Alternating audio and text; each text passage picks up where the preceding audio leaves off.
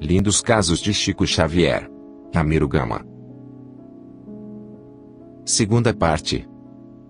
Lindos casos de Chico Xavier. Parte 5. 41. Orgulho ou distração. De frente ao Hotel Diniz, de propriedade de Dona Naná, achava-se um irmão alcoolizado. Por ali, de manhã e na hora do almoço, passa o médium a caminho do seu serviço. O Chico, de longe, notou que o rapaz estava num de seus piores dias. Não se contentava em cantar e fazer osgares, provocava também, apelidando, com jocosos nomes, quantos lhe passavam à frente. De leve bem ao longe, passou sem ser visto, pelo irmão embriagado, e já se achava distante, quando Emanuel, delicadamente, lhe diz: Chico, nosso amigo viu passar e esconder-se dele. Está falando muito mal de você e admirado de seu gesto. Volte e retifique sua ação. O Chico voltou.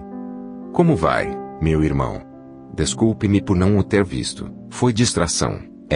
Já estava admirado de você fazer isto, Chico. Que os outros façam pouco caso de mim, não me incomodo, mas você não. Estava dizendo bem alto, como o Chico está orgulhoso. Já nem se lembra dos pobres irmãos como eu. Pensa que estou embriagado e foge de mim como se eu tivesse moléstia contagiosa. Não, meu caro, foi apenas distração, desculpe-me. Pensava que era orgulho. Está desculpado. Vá com Deus. Que Deus ajude e lhe dê um dia feliz, pelo abraço consolador que você me deu. E Chico partiu. Ganhara uma lição e dava, aos que observavam, outra bem mais expressiva. 42. Quem dera que você fosse o Chico. Numa livraria de Belo Horizonte, servia um irmão que, pelo hábito de ouvir constantes elogios ao Chico Xavier, tomou-se de admiração pelo médium. Leu, pois, com interesse, todos os livros de Emanuel, André Luiz, Nélio Lúcio, irmão décimo, e desejou, insistentemente, conhecer o psicógrafo de Pedro Leopoldo. E aos fregueses pedia, de quando em quando: façam-me o grande favor de me apresentar o Chico, logo aqui apareça. Numa tarde, quando Aloísio, pois assim se chamava o empregado, reiterava a alguém o pedido, o Chico entra na livraria. Todos os presentes, menos o Aloísio, se surpreendem e se alegram. Abraçam o médium, indagam-lhe as novidades recebidas. E depois, um deles se dirige ao Aloísio: você não desejava ambiciosamente conhecer o nosso Chico? Sim, ando atrás desse momento de felicidade, pois aqui o tem. Aloísio o examina, vê-o tão sobriamente vestido, tão simples, tão decepcionante. E correspondendo ao abraço do admirado psicógrafo, com ar de quem falava uma verdade e não era nenhum tolo, para acreditar em tamanho absurdo. Quem dera que você fosse o Chico, quem dera. E Chico, compreendendo que Aloísio não pudera acreditar que fosse ele o Chico pela maneira como se apresentava, responde-lhe, candidamente: é mesmo, quem me dera. E, despedindo-se, partiu com simplicidade e bonomia, deixando no ambiente uma lição, uma grande lição, que ia depois ser melhormente traduzida por todos, e, muito especialmente, pelo Aloísio. 43. A Cruz de Ouro e a Cruz de Palha. Alguns membros da juventude espírita do Distrito Federal e de Belo Horizonte visitavam o Chico. Antes de começar a sessão do Luiz Gonzaga, palestravam animadamente sobre assunto de doutrina e a tarefa destinada aos moços espíritas. Uma jovem inteligente, desejando orientação e estímulo, colocou o Chico a par das dificuldades encontradas para vencerem o pessimismo de uns, a quietude e a incompreensão de muitos. Poucos queriam trabalho sacrificial, testemunhador do roteiro evangélico, que estava a exigir dos jovens uma vida limpa, correta, vestida de abnegação e renúncia. Desejavam colher sem semear. O Chico ouviu e considerou: o trabalho das juventudes, com Jesus, tem que ser mesmo diferente. Sua missão será muito difícil e por isso gloriosa. E recebe de Emanuel esta elucidação envolvida na roupagem pobre de nosso pensamento. Há a cruz de ouro e a cruz de palha, simbolizando nossas tarefas. A de ouro, a mais procurada, pertence aos que querem brilhar, ver seus nomes nos jornais, citados, apontados, elogiados, como beneméritos. Querem simpatia e bom conceito. Se tomam parte em alguma instituição, desejam, nela, os lugares de mando e de evidência. Querem cargos e não encargos. A de palha, a menos procurada, no entanto, pertence aos que trabalham como as abelhas, escondidamente e em silêncio. Lutam e caminham, com humildade, na certeza de que por muito que façam, mais poderiam fazer. Não se ensoberbecem dos triunfos, antes se estimulam e se defendem com oração e vigilância, sentindo a responsabilidade que assumiram como chamados, por Jesus, a tarefa diferente. Entendem a serventia das mãos e dos pés, dos olhos e da mente, do coração, enfim, colocando amor e humildade em seus atos, nos serviços que realizam. Por carregarem a cruz de palha, toleram o vômito de um, o insulto de mais outro, a incompreensão de muitos, testemunhando a caridade desconhecida, oferecendo, com o sofrimento e a renúncia, com o silêncio e o bom exemplo, remédios salvadores aos companheiros que os adversam, os ferem e desconhecem a vitória da segunda milha. Os jovens presentes estavam satisfeitos. De seus olhos, órgãos musicais da alma, saíam notas gratulatórias exornando o ambiente feliz que viviam. Demais não precisavam. Entenderam o trabalho que lhes cabia realizar nas terras do Brasil, o coração do mundo e a pátria do Evangelho. Linda lição com vista também aos velhos, a todos que conseguem ouvir Jesus na hora em que poucos o ouvem. 44. Viajando com um irmão sacerdote. Sentado no ônibus que o levaria a Belo Horizonte, Chico notou que seu companheiro de banco era um irmão sacerdote. Cumprimentou-o e entregou-se à leitura de um bom livro. O sacerdote, também, correspondeu-lhe o cumprimento, abrira um livro sagrado e ficara a lê-lo. Em meio à viagem, passou o ônibus perto de um lugarejo embandeirado, que comemorava o dia de São Pedro e São Paulo. O sacerdote observou aquilo e, depois, virando-se para o Chico, comentou: "Vejo esta festividade em honra de dois grandes santos, e neste livro, leio a história de São Paulo, cujo autor lhe dá proeminência sobre São Pedro. Não se pode concordar com isto. São Paulo é o príncipe dos apóstolos, aquele que recebeu de Jesus as chaves da igreja." O Chico, delicadamente, deu sua opinião, e o fez de forma tão simples, revelando grande cultura, que o sacerdote, que não sabia com quem dialogava, surpreendeu-se e lhe perguntou: "O senhor é formado em teologia, ou possui algum curso superior?" "Não. Apenas cursei até o 4º ano da instrução primária." "Mas como sabe tanta coisa da vida dos santos, principalmente de São Paulo, de São Estevão, de São Pedro, e de outros, realçando-lhes fatos que ignoro?" "Sou médium." "Então, o senhor é o Chico Xavier, de Pedro Leopoldo?" "Sim, para o servir." "Então, permita-me que lhe escreva e prometa-me responder minhas cartas, pois tenho muita coisa para lhe perguntar. Faça-me este favor. Afinal, verifico que Deus nos pertence." "Pode escrever, de bom grado responder-lhe-ei. Assim trabalharemos não apenas para que Deus nos pertença, mas para que pertençamos também a Deus, como nos ensina o nosso benfeitor Emmanuel." E, até hoje, Chico recebe cartas de irmãos de todas as crenças, particularmente de sacerdotes bem-intencionados, como o irmão com quem viajou e de quem se tornou amigo. E, tanto quanto lhe permite o tempo, lhes responde, e nas respostas vai distribuindo o pão espiritual a todos os famintos, ovelhas do grande redil, em busca do amoroso e divino pastor, que é Jesus. 45. Nossos caricaturistas. Em casa de Dona Naná, proprietária do Hotel Diniz, o Chico chegou para consolá-la, em virtude de estar passando por provas dolorosas e para lhe dar o resultado auspicioso de uma sessão que fizera, na qual receber um expressivo esclarecimento para aquela irmã. O Chico, orientado pelos seus amigos de mais alto, à frente seu abnegado guia, ajuda e passa, ampara em silêncio, colabora com todos, sem ferir, sem magoar. Deixando com a cara a irmã, mãe extremosa e leal servidora do Cristo, uma réstia de luz, uma palavra de bom ânimo, partiu conosco para a fazenda. No caminho, revelou-nos suas observações, suas inquietações pela hora que vivemos. Na sessão feita, a benefício de irmãos desencarnados, aparecem-lhe espíritos turbulentos, insensíveis aos sofrimentos alheios e que, formando legiões, agem aqui e ali, neste e naquele lar, agravando-lhes as provas. Precisamos orar por eles, diz-nos o Chico, e, se possível, amá-los com sinceridade. Quando em contacto conosco, precisamos auxiliá-los, oferecendo-lhes nossa ajuda. Não sabem o que fazem.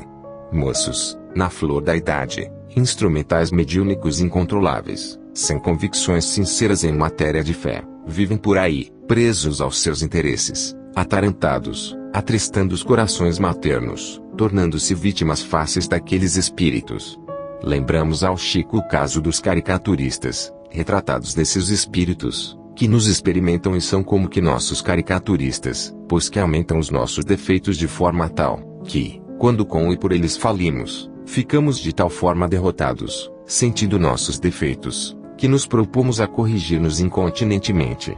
Chico sorriu e objetou-nos: mas precisamos amar a esses caricaturistas, desejar-lhes todo o bem possível para neutralizar-lhes todo o mal e os encaminharmos ao bem. Um favor que fazemos a um seu parente encarnado constitui já um motivo para lhes fazer parar os golpes contra nós e despertar-lhes um pouco de carinho em nosso benefício. Ajudemo-los com as nossas orações. Auxiliemo-los com nossos pensamentos de amor. Ensinemo-los com nossas boas ações e Jesus finalizará o nosso começo. 46. Moirões juntos. Alguns confrades do estado de São Paulo visitaram o Chico e, por alguns dias, gozaram de sua convivência amável e instrutiva. Um deles mais entusiasmado com os fenômenos a que assistira, admirando a vida simples dos habitantes de Pedro Leopoldo, em nome dos companheiros, disse ao Chico: vamos voltar para São Paulo, vender tudo que temos e, depois, com nossas famílias, viver definitivamente nesta bela cidade, em sua companhia. Assim, acabaremos felizes os nossos dias e poderemos ser mais úteis ao próximo e desenvolver nossos dons mediúnicos. O Chico ouviu com atenção e, amorosamente, lembrou-lhe: talvez não dê certo, caro irmão. O melhor é ficarem onde estão. Depois, Emmanuel está dizendo-me ao ouvido que muitos moirões juntos não fazem boa cerca. E os moirões voltaram para São Paulo e foram segurar suas cercas que sentiam suas ausências. 47. Um relógio ao doente. Uma confrade presenteou o Chico com um belo relógio de pulso. Aceitou-o, porque o confrade insistiu muito, andou vários dias com ele, admirando-lhe a pontualidade. Mas um dia, a caminho do serviço, lembrou-se de saber, rapidamente, como ia Dona Glória, a quem na véspera dera um passe para quem Bezerra receitara uns remédios homeopáticos. Então, está melhor, Dona Glória. Tomou pontualmente os remédios? Um pouco melhor, Chico. Só não tenho tomado os remédios com pontualidade, porque, como você sabe, sou pobre e ainda não pude comprar um relógio. Por isto não. E tirando do pulso o relógio que ganhara, disse-lhe sem mais delongas: fique com este como lembrança. E deixando a irmã surpresa e emocionada, o médium partiu, dizendo-lhe na costumeira despedida: fique com Deus. Deus a proteja. Como a senhora está precisando de relógio, este deve ser seu. 48. Obrigado, Chico. Estava o Chico parado defronte do correio, conversando com seu irmão André, quando um guarda policial passa-lhe por perto e, colocando o braço direito sobre seu ombro, lhe diz: muito obrigado, Chico. E foi andando. O Chico ficou intrigado com aquele agradecimento. Não podia atinar com sua causa. À tarde, ao regressar do serviço, viu defronte a um bar um bloco de trabalhadores da fábrica e, no meio deles, o guarda que o abraçara pela manhã. Passou mais por perto e observou que o guarda tentava desapartar uma briga entre dois irmãos que se malquistaram por coisas de somenos. O guarda, vendo inúteis seus esforços e porque a discussão já se generalizava envolvendo todo o bloco, tirou da cintura o revólver e ia usá-lo para impor sua autoridade. O Chico mais que depressa chegou-lhe perto e pediu-lhe: calma, meu irmão. O guarda voltou-se contrariado, mas reconhecendo Chico, como que envergonhado do seu ato, exclamou: muito obrigado, Chico. Controlou-se, usou da palavra, aconselhou e o bloco foi desfeito com o arrefecimento dos ânimos. À noite, indo Chico para o Luiz Gonzaga, encontrou-se com o guarda. Chico ia procurá-lo e agradecer-lhe, muito de coração, o bem que você me fez, por 2 vezes. Por 2 vezes? Como? Anteontem sonhei com você, que me dizia: cuidado, não saia de casa carregando arma à cintura como sempre o faz. Evite isto por uns dias. Por isso é que lhe disse, hoje, pela manhã: obrigado, Chico. Referia-me ao sonho, ao seu aviso. Mas esqueci-me de atendê-lo, pois saí armado e, Se não fosse o concurso de nossos amigos espirituais na hora justa, teria feito hoje uma grande asneira, poderia até ter matado alguém. Mas a lição ficou, Chico. Muito obrigado, Deus nos ajude sempre. 49. Palavras aos enfermos. Os doentes eram tantos em Pedro Leopoldo, noite a noite, que o espírito de Neio Lúcio, compadecendo-se dos sofredores, endereçou-lhes a mensagem que transcrevemos abaixo. Palavras aos enfermos. Toda enfermidade do corpo é processo educativo para a alma. Receber, porém, a visitação benéfica entre manifestações de revolta é o mesmo que recusar as vantagens da lição, rasgando o livro que nula transmite. A dor física, pacientemente suportada, é golpe de buril divino, realizando o aperfeiçoamento espiritual. Tenho encontrado companheiros a irradiarem sublime luz do peito, como se guardassem lâmpadas acesas dentro do tórax. Em maior parte, são irmãos que aceitaram, com serenidade, as dores longas que a providência lhes endereçou, a benefício deles mesmos. Em compensação, tenho sido defrontado por grande número de tuberculosos e leprosos, em lamentável posição de desequilíbrio, afundados muitos deles em charcos de treva, porque a moléstia lhes constituiu tão somente motivo em submissão. O doente desesperado é sempre digno de piedade, porque não existe sofrimento sem finalidade de purificação e elevação. A enfermidade ligeira é aviso. A queda violenta das forças é advertência. A doença prolongada é sempre renovação de caminho para o bem. A moléstia incurável no corpo é reajustamento da alma eterna. Todos os padecimentos da carne se convertem, com o tempo, em claridade interior, quando o enfermo sabe manter a paciência, aceitando o trabalho regenerativo por bênção da infinita bondade. Quem sustenta a calma e a fé, nos dias de aflição, encontrará paz com brevidade e segurança, porque a dor, em todas as ocasiões, é a serva bendita de Deus, que nos procura, em nome dele a fim de levar a efeito, dentro de nós, o serviço da perfeição que ainda não sabemos realizar. Neio Lúcio. Cremos que a leitura desta página nos oferece confortadores pensamentos de paz, consolação, disciplina e esperança. 50. Sonhando com um lar. O Chico é muito estimado por todos em Pedro Leopoldo. Todos lhe querem bem, homens, mulheres e crianças. Um grupo de senhoras comentava a solteirice do Chico, quando ele passava. E uma delas: falávamos coisas boas de você, Chico. Que você deveria casar-se, ter uma companheira, um lar seu, viver assim diretamente para alguém. Agradeço-lhes muito, mas, minhas irmãs, cada um tem a missão que pediu. Abraçou-a satisfeito e partiu. E foi pensando no que lhe disseram as caras irmãs. À noite, a sós, no seu quarto, veio-lhe a lembrança, de novo, aquele assunto de casamento. Entrando em colóquio com a sua consciência, entendeu que era de fato muito infeliz. Escreveu uma carta ao seu grande amigo Manuel Quintão, e nela exteriorizou seu estado de alma combalido. Era ele, terminava, como uma árvore seca, de galhos mirrados, sem ninhos, sem flores, sem frutos. E dormiu. Sonhara um lindo sonho. Alguém, com quem conversava, certamente inspirado pelo seu querido guia, explicava-lhe: Chico, você sabe bem entender a lição do perfume no vaso. Enquanto aí está, apenas beneficia o vidro que o prende.